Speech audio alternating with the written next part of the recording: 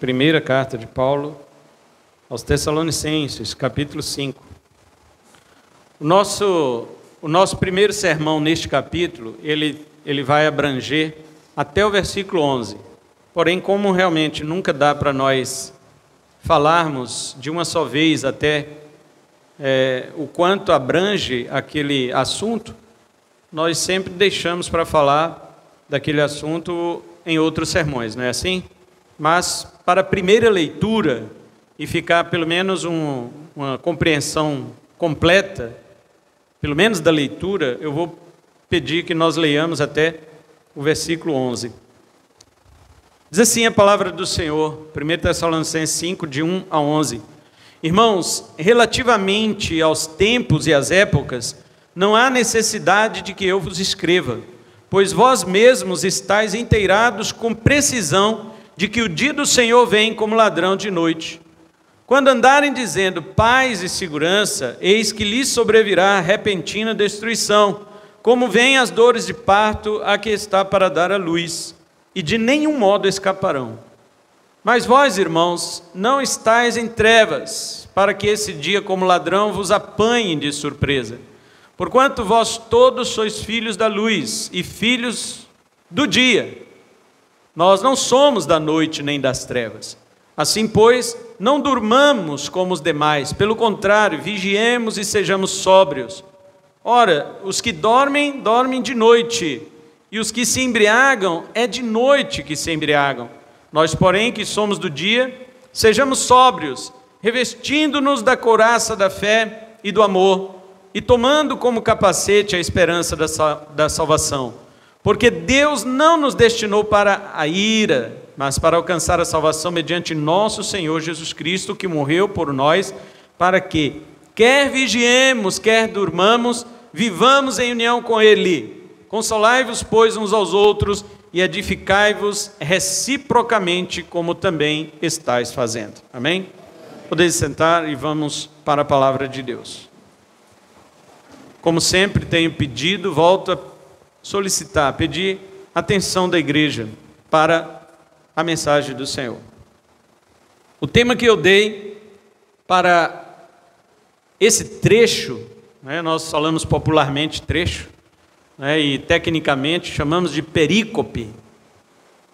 Essa perícope, eu dei o seguinte tema para ela: o dia do Senhor e a conduta dos crentes. Você pode repetir isso comigo? O dia do Senhor e a conduta dos crentes.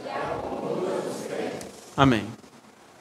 Depois de o apóstolo Paulo ter feito um resumo de como será a vinda do Senhor, como nós já estudamos até domingo passado, que foram os versículos finais do capítulo 4, né? Foi ali do 13 ao 18, como nós já estudamos, como nós já pregamos e já alertamos a igreja sobre isto. Agora o apóstolo caminha para a parte prática. Toda teologia é assim. As pessoas que se encantam com os ensinos teológicos, mas que não levam para a sua vida cristã a prática daquilo que ela aprendeu, ela não tem uma compreensão correta do que é o ensino dos apóstolos do Senhor. Vou dar um exemplo para que os irmãos entendam por quê.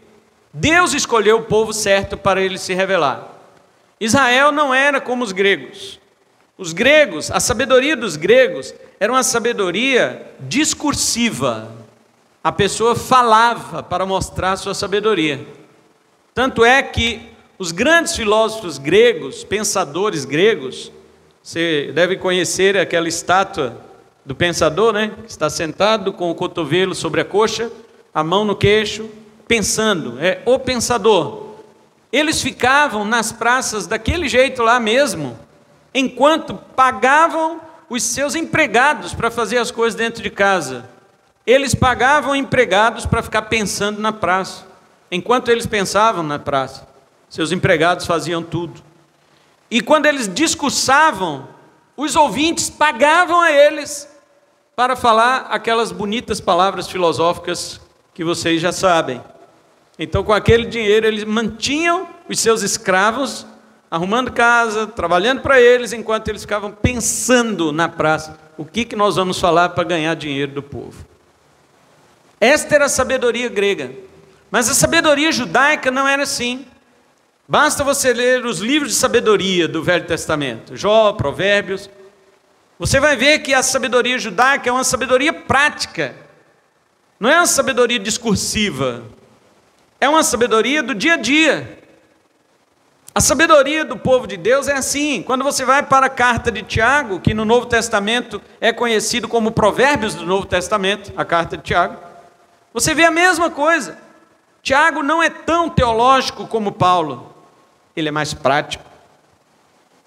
E assim, nós falamos, Paulo era teológico, mas Paulo também era prático. Você vê que as cartas de Paulo, elas são divididas desta forma. Quando nós pregamos em Efésios aqui, por exemplo, Efésios 1 até o 3 é teologia pura. E do 4 ao 6 a parte prática. O que fazer com aquela teologia? Colossenses 1 e 2, teologia, 3 e 4, prática. Romanos 1 até 11, teologia, de 12 ao 16, prática. O apóstolo Paulo, ele sempre ou quase sempre fazia desta maneira com seus escritos. Porque não há teologia sem prática, ou na linguagem técnica, dizendo novamente, não há ortodoxia sem ortopraxia. Você não pode apenas aprender o que é certo, você tem que fazer o que é certo. Então a nossa crença, ela vem para a nossa vida. A nossa fé, ela vem para a nossa prática. A nossa intelectualidade vem para a nossa experiência. E com a escatologia não é diferente. O que eu mais sinto sobre a teologia, como ela é tratada pelos crentes, é a seguinte frase: não, a doutrina escatológica é secundária, ela não interfere para a salvação. Se você crê que Jesus vai voltar antes do arrebatamento, depois ou da grande tribulação, ou se Jesus vai voltar depois da grande tribulação, se o milênio vai ser na terra, se vai ser no céu, isso não importa. Importa que estejamos preparados. Então você é mais crente do que Paulo. Você é mais crente do que Paulo, porque para Paulo importava. Para Paulo isso tinha um significado, para você não.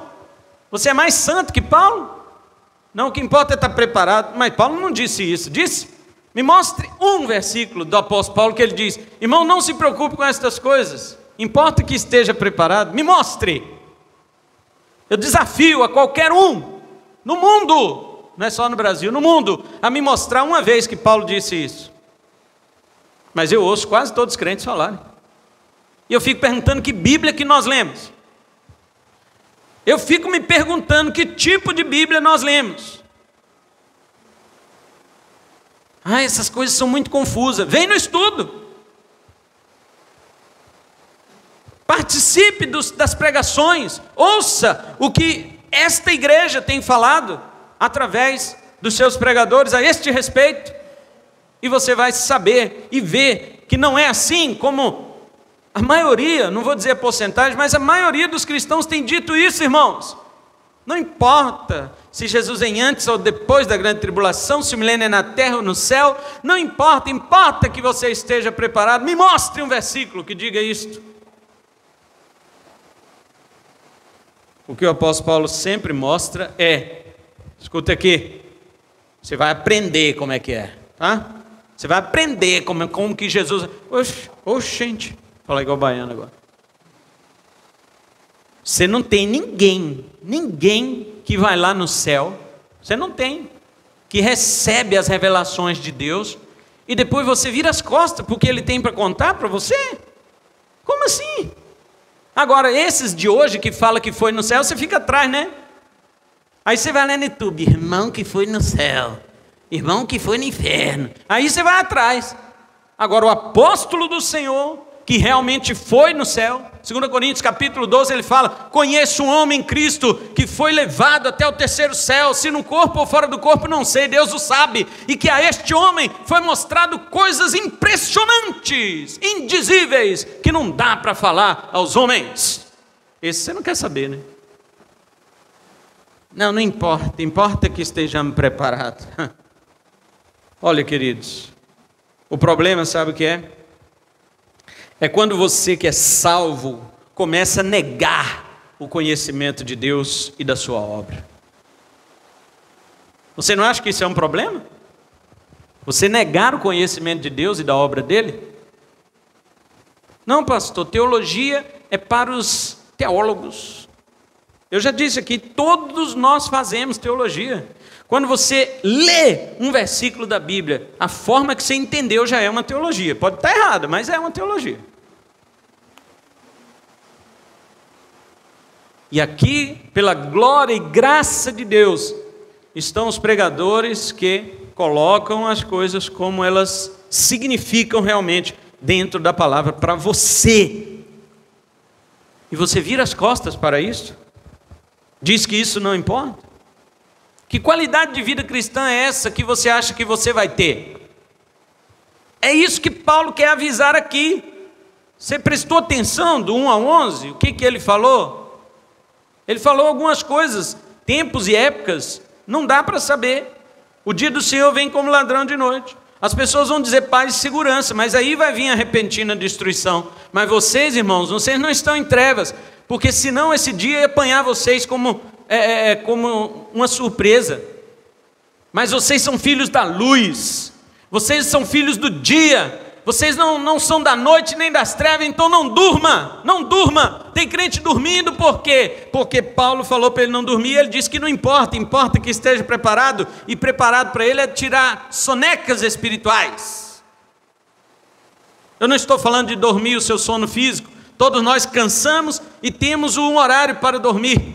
Eu estou me referindo ao sono espiritual que a igreja tem passado nos últimos dias e olha, está nem aí. E diz que não importa, não, isso aqui não, saber se Jesus vai voltar antes ou depois, milênio, isso e aquilo, isso não interessa. E o sono espiritual, como é que fica? O apóstolo Paulo diz aqui, olha, ele diz assim, sejamos sóbrios. Tem crentes entorpecidos, bêbados, pelas coisas deste mundo. Os que dormem de noite, gente. Os que se embriagam-se de noite. Se você está embriagado pelas coisas deste mundo, é porque você vive em trevas. Mas nós que somos do dia, somos sóbrios, nós somos conscientes das coisas. Para ser sóbrio, você precisa conhecer a palavra, a doutrina, o ensino, a teologia. Senão você não é sóbrio, você é um ébrio. E ele diz, revestindo da couraça da fé e do amor, tomando como capacete a esperança da salvação. Você não importa com teologia, com a vinda de Jesus, como é que você vai tomar o capacete da salvação? Você nem sabe o que é isso. Mas sabia que crente tinha capacete? Não, só os que vai de moto para a igreja.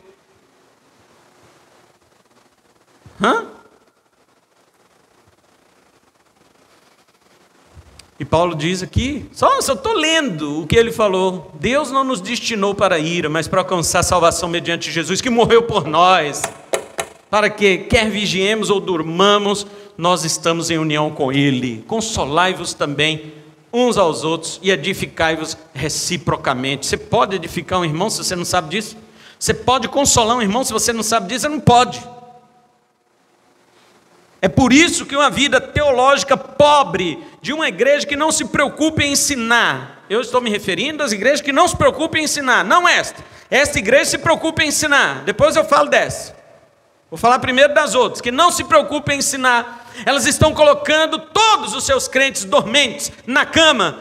Dorme, neném, dorme que a cuca já vem, o bicho vai pegar, e vai mesmo, porque quando vier, você vai estar dormindo, e você não encontrará a luz que desperta você para a vinda do seu Senhor.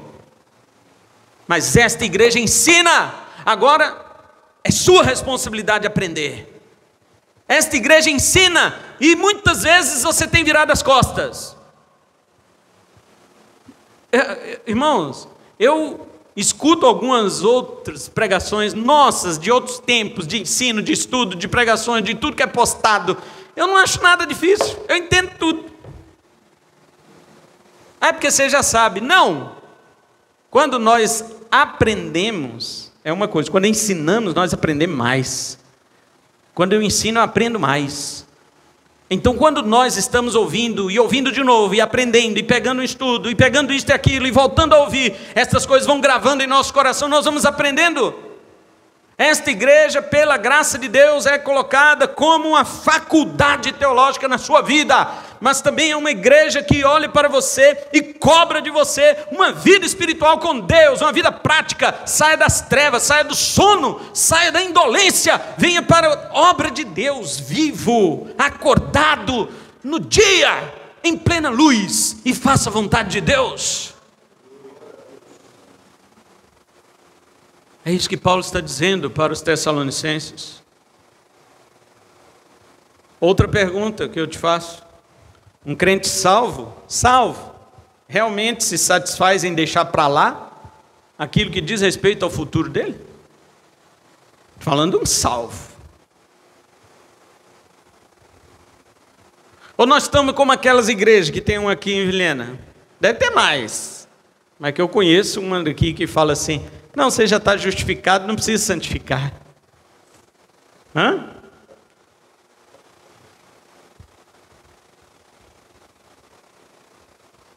Outra coisa, só porque certa doutrina não interfere na questão de sua salvação, você assume viver uma vida cristã medíocre? Você assume? Ou você acha que isso é só para os intelectuais? Cristãos simples, cristãos que têm sua simplicidade cultural, eles são tão capacitados de teologia quanto o mais nobre pós-doutor em teologia que você possa conhecer, algum PhD, ThD, seja lá o que for. Você, simples cristão, tem condição de saber tanto quanto ele sobre aquilo que realmente importa na palavra de Deus para a tua vida espiritual e tua salvação. E essa igreja não esconde isso de você. Se você recebe ou não é outra coisa, aí é contigo, não é com a igreja, não é com a pregação. Então vamos avaliar nosso crescimento espiritual quando nós nos dedicamos a conhecer as doutrinas cristãs. O que o apóstolo requer agora dos crentes é que eles saibam as implicações sobre suas vidas por causa do conhecimento que agora eles obtiveram acerca da vinda do nosso Senhor. Em nossos dias, há várias doutrinas diferentes tentando explicar a vinda de Cristo, a parousia, a volta de Cristo, várias. Nós não podemos abraçar todas elas. A nossa igreja ensina pós-tribulacionismo. Eu estou dizendo, irmão, você não é obrigado a decorar esses nomes, os nomes técnicos, teológicos, não, você não é obrigado. A nossa igreja é pós-tribulacionista. Se você quiser decorar, beleza, é ótimo. Quanto mais esforço na mente, mais sua mente abre. Não é assim com a matemática? Eu sempre odiei matemática, porque minha mente é burra para matemática. Burro. Topeira. E eu olho para a matemática e falo assim: para que tu existe?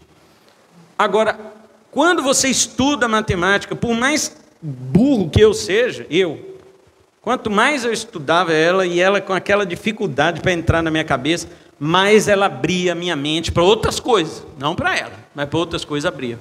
Eu passava a raciocinar, eu passava a ver as coisas com lógica. Deus não é ilógico, guarda isso no seu coração, pelo amor de Deus. Deus não é ilógico, Deus é sempre lógico ou supralógico, mas nunca ilógico. As coisas de Deus podem ser explicadas com toda verdade e não contradição. Isso é lógica. Jesus é chamado Logos. A palavra lógica vem de Logos. No princípio era o Logos, no grego está assim. Em arquê, em rologos. No princípio era o verbo. No princípio era a palavra. A lógica vem do Logos. O Logos é Jesus. Então tudo que diz respeito a ele e sua doutrina é lógico. Talvez exista alguma coisa, e existe, na Bíblia, que é supralógico, ou seja, está acima da lógica humana. mas nunca tem na Bíblia algo ilógico. Não pode ter. Deus não entra em contradição.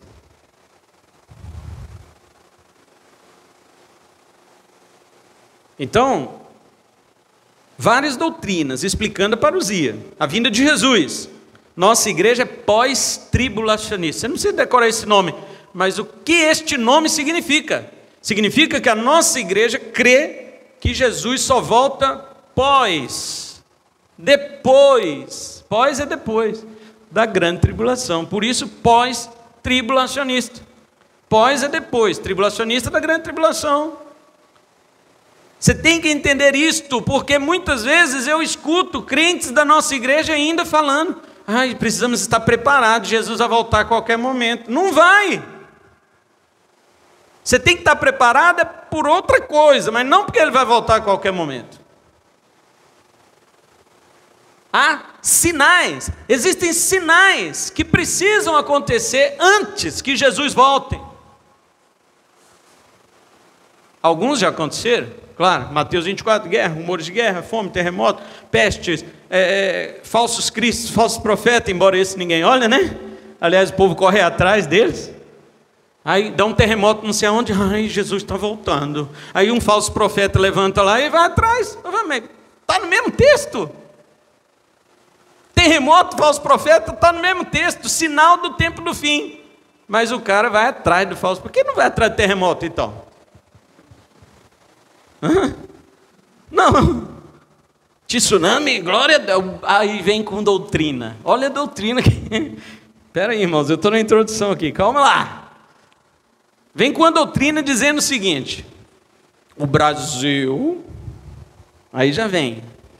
O Brasil é um país que Deus olha para ele diferente, abençoado por Deus. Por quê? Aqui não tem terremoto, aqui não tem tsunami, aqui não tem furacão, aqui não tem não sei o quê e não sei o quê.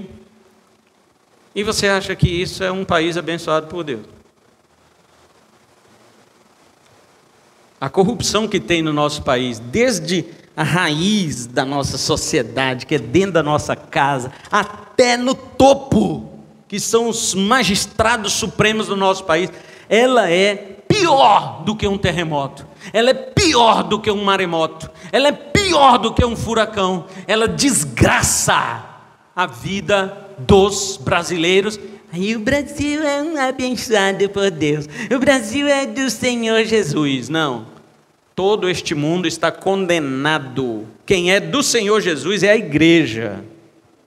E não confunda, igreja não é um monte de igreja que tem no Brasil, não. Igrejas são os únicos verdadeiramente cristãos que estão apoiados na Bíblia Sagrada e que não fazem parte desse sistema maligno, diabólico, que atinge não é só a política, mas atinge a igreja, as igrejas agora que eu falo, denominações. Dentro de todas as denominações você tem crentes e não crentes. E muitas igrejas, placas agora, a maioria tem muito mais não crentes do que crentes. Poucas igrejas, placa, tem mais crentes do que não crentes dentro delas. E aonde igrejas, placas, tem mais crentes do que menos, do que não crentes dentro delas, são as poucas que pregam a verdade sem desviar para a direita e nem para a esquerda. Essas que têm mais salvos dentro dela. Mas você olha lá, são poucas pessoas que congregam.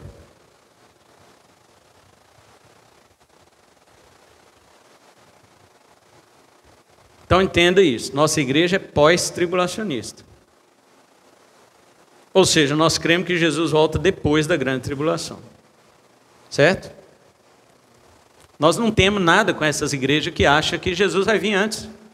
Nós não temos nada com isso, com essa doutrina, nada. Nós podemos desmascará-las quando eles vierem falar isso com a gente.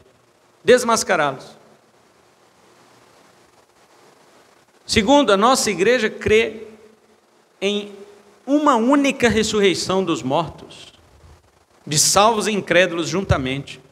A maioria das igrejas no Brasil crê que os mortos ressuscitarão assim. Primeiro os crentes, aí depois de 1000 anos de reino na terra, é que os ímpios ressuscitam. Porque em Apocalipse está falando, bem-aventurado quem tem parte na primeira ressurreição. Aí depois de 1000 anos, outros mortos vão ressuscitar. Nós cremos em João 5, 28 e 29. Atos 26, 14. Daniel 12, 2. Nós cremos nos textos que a palavra de Deus diz, e Jesus falou em João 5, 28 e 29, dizendo, em verdade vos digo que vem a hora, ele não diz que já chegou, portanto está no futuro, vem a hora em que todos os que estão no túmulo ouvirão a voz do Filho de Deus, e os que tiverem feito bem sairão para a ressurreição da vida, e os que tiverem feito mal para a ressurreição da condenação. Não tem prazo de 1000 anos. E se você é um estudioso, eu vou te dar um argumento agora. Para quem não é estudioso sobre este assunto, guarde João 5, 28 e 29. E você vai ver que na vinda de Jesus só haverá uma ressurreição. A Bíblia chama de duas por causa dos 2 tipos de pessoas que vão ressuscitar. Crentes e não crentes. Mas não é que tem 2 ressurreições separadas por 1000 anos, não. Agora, para você que gosta de estudar, eu vou te dar um argumento. Uma vez uma pessoa que defende essa teoria de ressurreições separadas por 1000 anos, veio debater comigo a este respeito. E eu disse para ela, se você me explicar corretamente, biblicamente, Apocalipse 1, 7, eu passo a crer nessa falsa doutrina, neste falso ensino. Apocalipse capítulo 1, versículo 7 diz assim, eis que vem com as nuvens, falando de Jesus, e todo olho verá, até mesmo os que o traspassaram. Olha, vamos lá, espera lá, presta atenção, e se você gosta de estudar, essa é a tua resposta. A Bíblia diz que ele vem com as nuvens e todo olho verá. Alguém desses aí que defende essa ressurreição separada, poderia dizer para você, todo olho verá dos que estão vivos. Mas o apóstolo João escreveu, até mesmo os que o traspassaram. Quem traspassou Jesus está vivo? Está ou não? Não, eles estão mortos. E a Bíblia diz que todo olho verá Jesus quando ele vier, inclusive os que o traspassaram.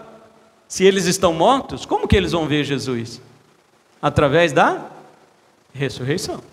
E eles são crentes? Não. São ímpios. Como, pois, uma ressurreição estaria separada por 1000 anos, se a Bíblia está dizendo que quando Jesus voltar, os próprios ímpios mortos vão vê-lo?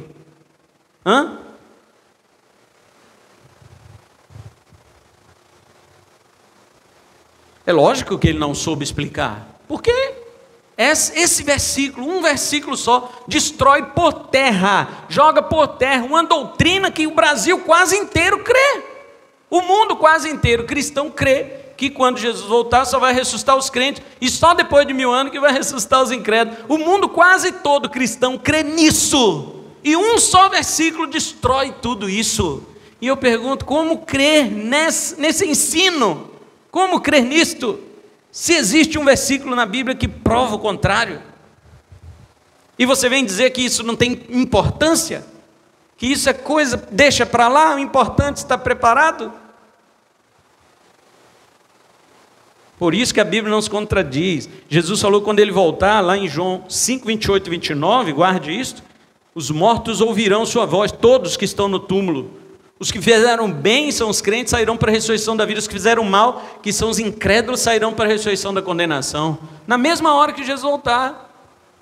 São 2 ressurreições, ímpios e crentes. Em Apocalipse também, 2 ressurreições. Mas elas não estão separadas por 1000 anos. Porque o próprio João diz que todos, inclusive os que mataram Jesus, vão vê-lo na sua vinda. Então acabou. Acabou. A nossa igreja entra nessa questão do milênio. Nós somos amilenistas. Nós não cremos que o milênio será na terra, que Jesus governará 1000 anos na terra, não. Primeiro, por causa deste versículo, entraria em contradição. Se eu creio que o milênio vai ser na terra, eu obrigatoriamente sou levado a crer que também haverá essa distinção de 1000 anos de uma ressurreição dos crentes para a ressurreição dos incrédulos. Sou obrigado. Mas não é isto. O milênio, ele não é um espaço de reinado de Cristo na terra, entre a ressurreição dos justos e a ressurreição dos injustos. Não. O milênio é o reinado das almas dos crentes que morreram com Cristo, que já estão no céu, desfrutando da presença de Jesus. Isto é o milênio. Principalmente os mártires, aqueles que morreram por sua fé em Cristo. E assim seguirá até os dias do anticristo, como diz lá o próprio texto, em Apocalipse 20. Pastor, onde é que está escrito milênio na Bíblia? Milênio na Bíblia, você só vai achar na Bíblia Vulgata, que é a Bíblia latina, porque a palavra milênio é uma palavra latina. Milênio, 1000 anos, significa isto, 1000 anos, milênio. Na nossa Bíblia está escrito 1000 anos, na Bíblia latina, Vulgata, está escrito milênio. E o único texto, tirando obviamente o de Salmo 90 e de 2 de Pedro, capítulo 3, que fala que para o Senhor um dia é como 1000 anos e 1000 anos como um dia, tirando esses dois, que não tem nada a ver com o milênio, esses dois versículos, só tem um texto na Bíblia que fala de milênio. Apocalipse 20, versículo 3, que fala que Satanás será amarrado por 1000 anos. Foi, né? Não fala que ele será, fala que ele foi amarrado. E Apocalipse 20, versículo 4, que fala que estas pessoas reinaram com Cristo durante 1000 anos, versículo 5 no caso. E também o verso 7 que fala que quando se completar os 1000 anos, Satanás será solto da sua prisão. Somente esses 3 versículos falam milênio, milênio, milênio no latim, que em português é 1000 anos. Só. E esse texto está falando que Jesus vai reinar na terra? Este é o problema. Porque todo mundo que acredita que Jesus vai reinar na terra, correm para outros textos que não falam de milênio. Isso que eu não entendo. Você quer falar sobre o milênio? Quer? Então você tem que ir para o único texto da Bíblia que fala sobre o milênio. E o único texto da Bíblia que fala sobre o milênio é Apocalipse 20. E acabou. Nenhum mais. Nenhum mais. Agora, todo mundo que crê que Jesus reina na terra 1000 anos, não vai para Apocalipse 20. Ele vai para outros textos. Porque quando chega em Apocalipse 20, o que está dizendo lá? Que o apóstolo João viu, ele viu, além do diabo ser preso 1000 anos, ele viu também almas daqueles que foram degolados por amor a Cristo. Como que ele diz assim, e viveram e reinaram com Cristo, almas degoladas, vivendo e reinando com Cristo 1000 anos, é isso que ele diz que ele está vendo. Aí os caras querem pegar essas almas, trazer para a terra, certo? Você já viu alma sem cabeça? Lá está dizendo que foram degolados. O que foi degolado foi o corpo. O corpo está sepultado, aguardando a ressurreição. Mas mesmo o corpo desses crentes mortos ali, degolados, sem cabeça, o corpo sim, João vê almas deles, almas reinando com Cristo, almas reinando com Cristo estes 1000 anos, ou seja, este espaço longo de tempo entre a primeira e a segunda vinda do nosso Senhor. Ou seja, Cristo já foi para o céu, e o que ele disse para o ex-ladrão na cruz? Eu nunca falo ladrão da cruz mais, né? Porque antigamente eu falava ladrão da cruz, o povo achava que tinha um cara roubando a cruz por aí. Ó, o ladrão da cruz, pega ele. Não, o ex-ladrão na cruz. O que Jesus falou para ele? Em verdade te digo que hoje estarás comigo, aonde? No paraíso, que é o seio de Abraão, que é a presença imediata de Deus, que é estar com Cristo, que é muito melhor, que é o milênio. O primeiro cara que entrou no milênio foi o ex-ladrão na cruz, Dimas. E o primeiro mártir que entrou no milênio foi o diácono Estevão. Foi apedrejado, todo quebrado, seus ossos, foi sepultado, pegando pedaços dele e enterrando, mas sua alma está lá inteira no céu, glorificando, gozando da presença de Cristo, reinando com Cristo e vivo. Vivinho da Silva, não sei se é o sobrenome dele, Estevão da Silva. Mas olha o que Jesus falou para os saduceus, preste atenção nisto. Os saduceus não acreditavam na ressurreição e falou, uma mulher tive um marido, morreu sem deixar filho, o cunhado sem deixar filho, 7 irmãos, casou com ela, não teve filho. Na ressurreição, ela vai ser esposa de quem? E Jesus falou, vocês erram por não conhecer as Escrituras e nem o poder de Deus. Vocês não conhecem a Escritura porque vocês só acreditam na Torá. Os saduceus não acreditavam na Bíblia toda, só em Gênesis, Êxodo, Levítico, Número, Deuteronômio, só. Eles não acreditavam em Josué e daí para frente. Segunda coisa, os saduceus não acreditavam em ressurreição. Como é que eles estavam fazendo uma hipótese de um caso de uma mulher que tal, e no final, na ressurreição, ela vai ser mulher. Aí Jesus já quase fala para ele, ressurreição de quem? Que vocês não acreditam em ressurreição? Vocês estão falando de quê? Mas Jesus falou, vocês erram por não conhecer a Escritura e nem conhecem o poder de Deus. Não conhecem a Escritura, porque vocês só acreditam nisso daí, na Torá. E nem o poder de Deus, porque você acha que não tem ressurreição. Mas eu vou dizer uma coisa para vocês. Jesus pega Êxodo para responder os saduceus. Vocês não acreditam em Salmos, vocês não acreditam em Jó, vocês não acreditam em Isaías nem nada? O que você acredita? Você acredita em Gênesis? Sim. Acredita em Êxodo? Sim. Então tá, vou usar Êxodo. Jesus, o nosso mestre, o nosso Senhor, virou para eles e falou o seguinte: quando Deus falou para Moisés, eu sou o Deus de quem? De Abraão, de Isaac e de Jacó. Abraão, Isaac e Jacó estavam vivos quando Deus falou isso para Moisés? Não, já tinham morrido há 500 anos. E Jesus virou para os saduceus e disse: Deus então é Deus de mortos ou de vivos? Ele não disse, eu fui o Deus de Abraão. Está no passado. Eu fui o Deus de Abraão, eu fui o Deus de Isaac, eu fui o Deus de Jacó. Ele disse para Moisés, eu sou o Deus de Abraão, eu sou o Deus de Isaac, eu sou o Deus de Jacó. Mas esses homens já estavam mortos quando Deus disse isso. E por que Deus usa o verbo no presente? Porque Abraão, Isaac e Jacó já estavam lá com Deus vivos. Suas almas estavam lá com Deus vivos, já gozando de uma manifestação da glória de Deus, aguardando a ressurreição dos seus corpos. Deus é Deus de mortos? O saduceu, não. Então, mas Abraão já tinha morrido, se não tem ressurreição. Então Deus é Deus de mortos, porque ele falou, eu sou, ele não falou, eu fui. Vocês não conhecem o poder de Deus.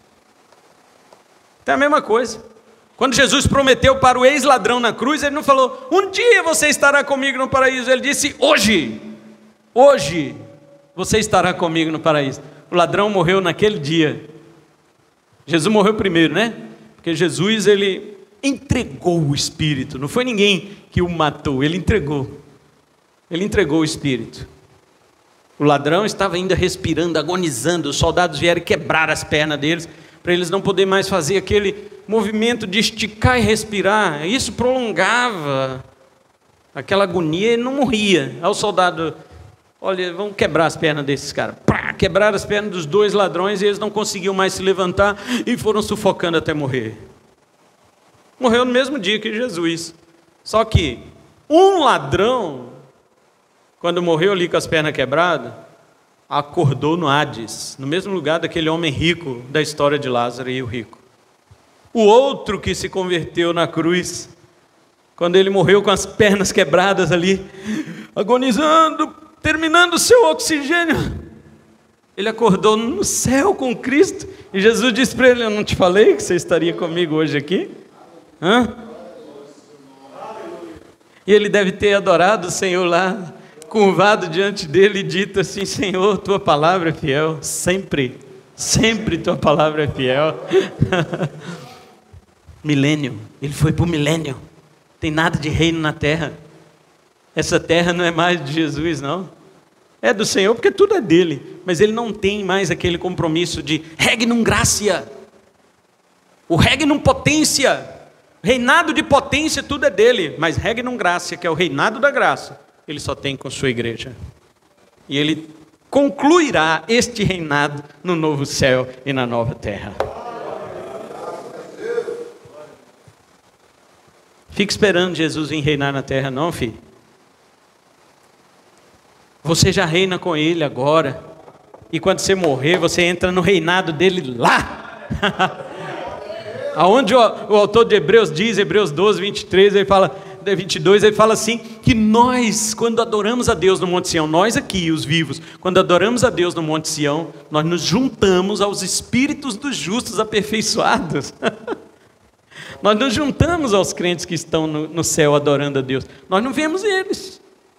Eles também não veem a gente. Mas Deus vê os dois.